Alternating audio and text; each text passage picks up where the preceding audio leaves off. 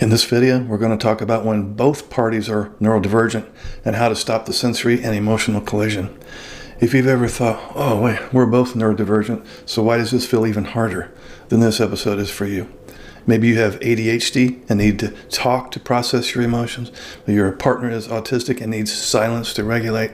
So you feel rejected when they shut down and they feel overwhelmed when you keep talking, and suddenly it's not just a disagreement anymore, it's a full-blown nervous system collision. So today we're going to unpack this business of double neurodiversity dynamics. So this is when both partners are neurodivergent and how to stop the sensory and emotional clash that keeps happening between the two of you. Because this isn't about who's right. It's about learning how two very real nervous systems can coexist without burning each other out. So let's get into it. First, let's talk about the double neurodiversity illusion. A lot of couples assume, well, if we're both neurodivergent, we should understand each other better. Well, sometimes that's true, but often it actually makes it more complex. Why? Because neurodivergence is not a single experience. ADHD regulation looks different than autistic regulation. Sensory processing differences vary. Executive function challenges vary. Emotional expression styles vary. You don't cancel each other out, you multiply complexity. And when neither partner is neurotypical, there's often less buffering, less default regulation, more intensity, more misunderstanding, more simultaneous dysregulation. So you have two dysregulated nervous systems that can't co-regulate. That's the core issue here.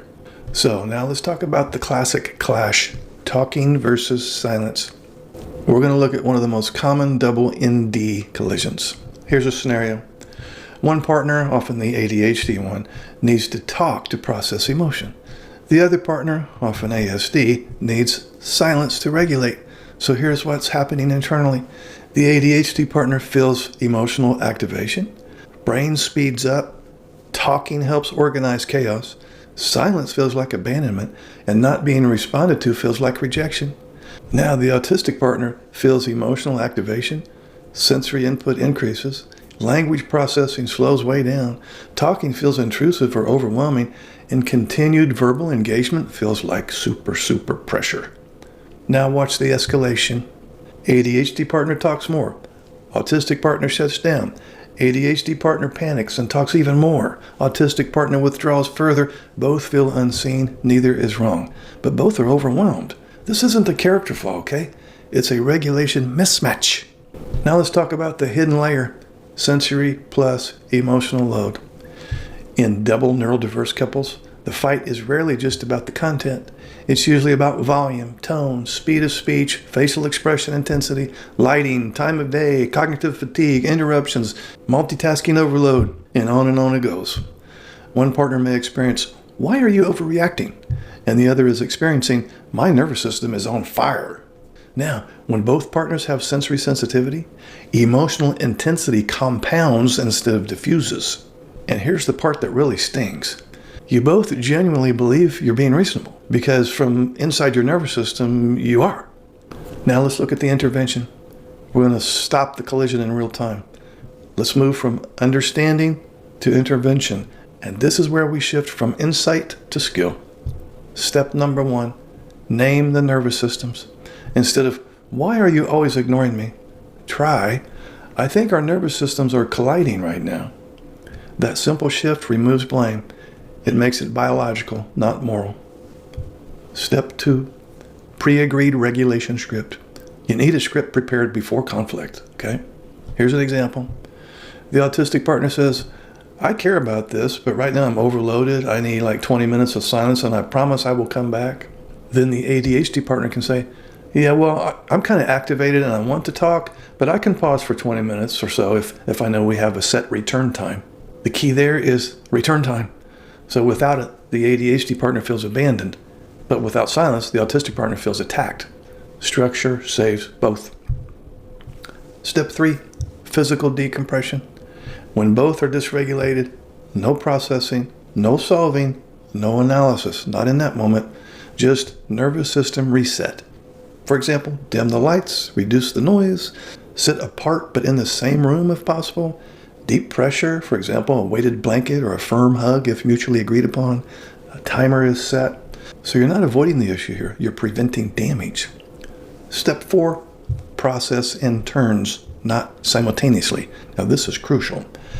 ADHD processing style equals live, external, and associative. Autistic processing style equals internal, structured, often delayed.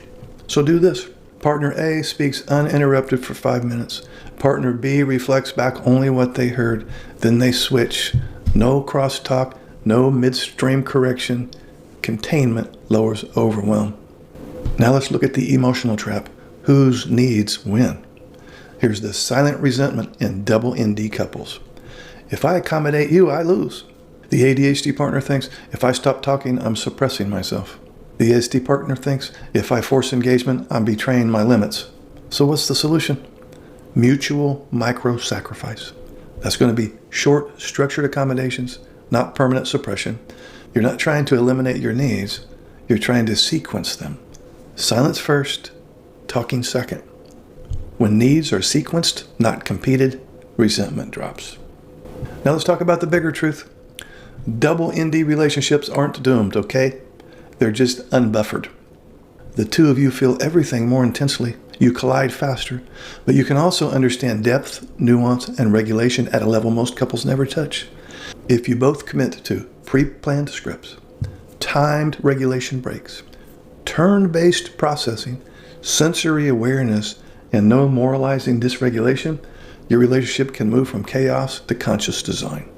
Now, if you're in a double ND relationship and thinking, well, this explains a lot of it, then know that the two of you are just fine. You just need some tools. You're navigating two complex nervous systems without a manual. Now you have a starting point.